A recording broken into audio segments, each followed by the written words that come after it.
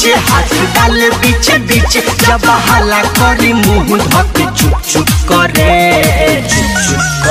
हमर दोनों बैलून साला धुक धुक करे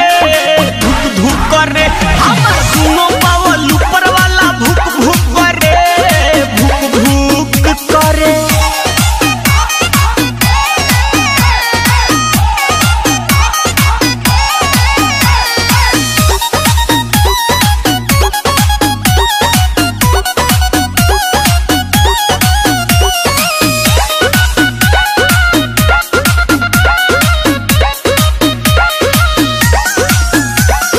जाने का बलमुआ के भइल बाटे मोती लागता जवनिया के कोई दी छाती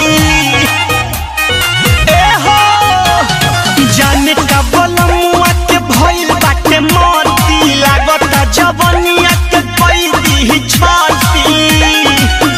नहीं करेला आराम जब करे लागे काम लगातार करे कब कब रुक रुक करे हमर दोनों बैलून साला धुक धुक करे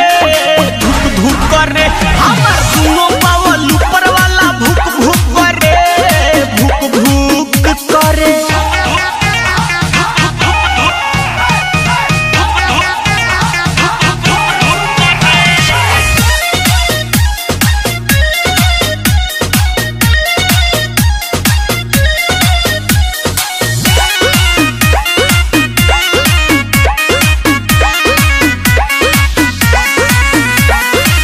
करे हर चीज बाकी रखे न संभार के बोलू बिशुनपुरी छोड़े दर्द कबार के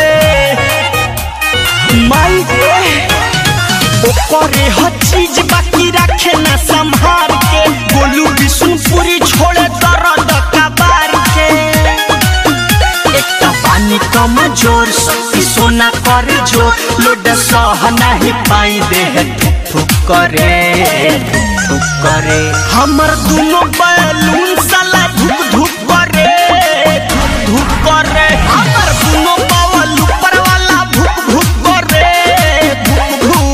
करे अर्थिंग में पानी डाला।